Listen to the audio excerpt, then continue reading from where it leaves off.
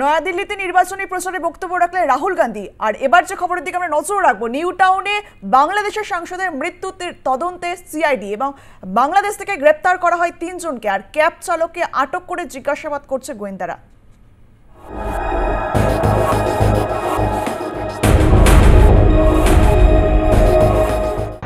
বাংলাদেশের সাংসদ আনারুল খুনে নতুন তথ্য।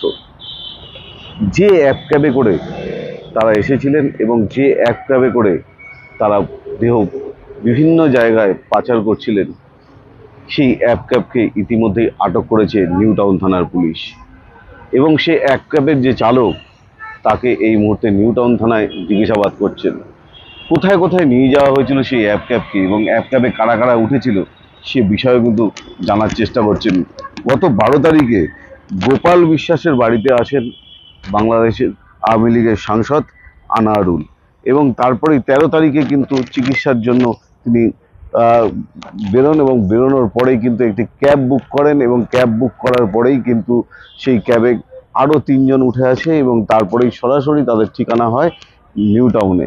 এবং নিউ টাউনে আসার পরেই তারপরের দিনই খুন হন আনারুল।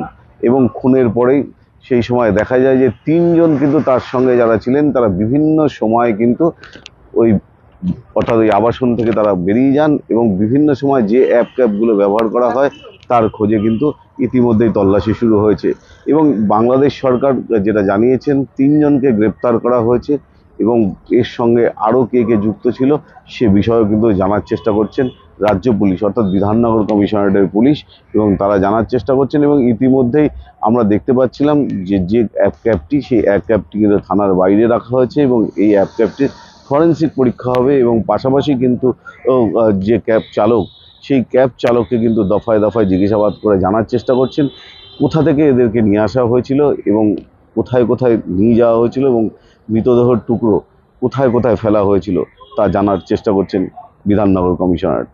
বিশ্বজিৎ পালের প্রতিবেদন, আর প্লাস নিউজ, নিউ টাউন।